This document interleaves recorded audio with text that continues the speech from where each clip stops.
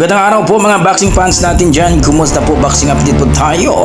Kahapon po mga lodi ay ating pinag-usapan at ibinalita na pinori ang ating pambato na si Alas dito sa mga Hapon, na kung saan mga idol maganda daw ang kanyang pinapakita mga idol. Talagang agresibo at talagang gusto ang laban, ay talagang ma-impress ang mga talagang boxing fans. Pero ganun pa man mga idol, talagang ayaw talaga lumaban ng Hapon. Kaya ganun ang nangyari mga idol. Nagmukhang karera ang nangyari, habulan, no?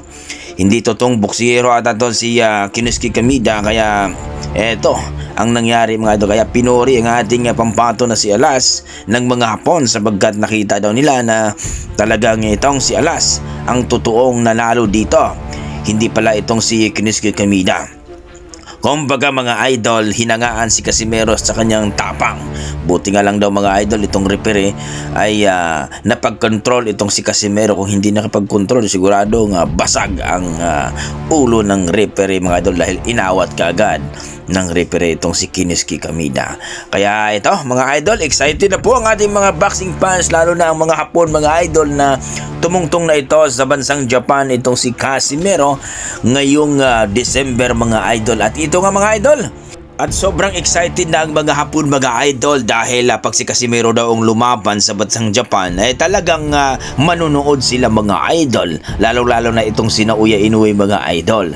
So muli na namang tutungtong itong si Casimero sa bansang Japan ngayong Desembre. So kayo mga idol, excited na ba kayo sa laban ni Casimero sa Desembre? Please comment down below mga idol. Sa kabilang banda mga idol, ito na nga ang kinita ni Casimero, ay talaga nang umabot ng 10 milyon sa piso na ito mga lodi. Kaya talagang tibang-tiba itong si Casimero. Paldo-paldo na naman.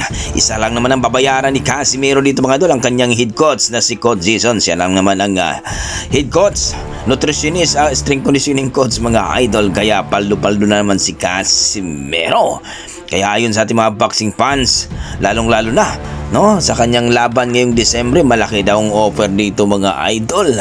So kayo mga idol, ano masasabi nyo dito? Grabe naman ang nangyari dito ni Casimero mga idol. Kaya abangan natin ngayong Desembre mga idol, magpapakitang gilas na naman ang ating pampato na si Cuadro Alas, General Casimero mga idol. Sa kabilang banda mga idol, ang ating prospect, pambato natin na si Acero Astrolabio mga idol, ay tinalo po, no? Talagang 5 beses itong bumagsak mga idol. Grabe ang nangyari dito mga idol, no? Pangilang laban na ito ni Astrolabio na TKO na naman, no? Talagang budiga. Nung nakarang laban ni Nakatani ay budiga pa rin ang nangyari mga idol. So ano masasabi nyo dito kay Astrolabio mga idol, na 5 beses bumagsak ito? Please comment down below mga idol kung ano po ang inyong mga opinion sa laban ng ating pampato na si Acero Astrolabio mga idol kontra sa isang Hapon na tumalo din kay Jonas Sultan mga idol. Maraming salamat, hanggang dito na lang ako mga idol. Ako si John Riel Casimero Cuadro Alas. Oh shit!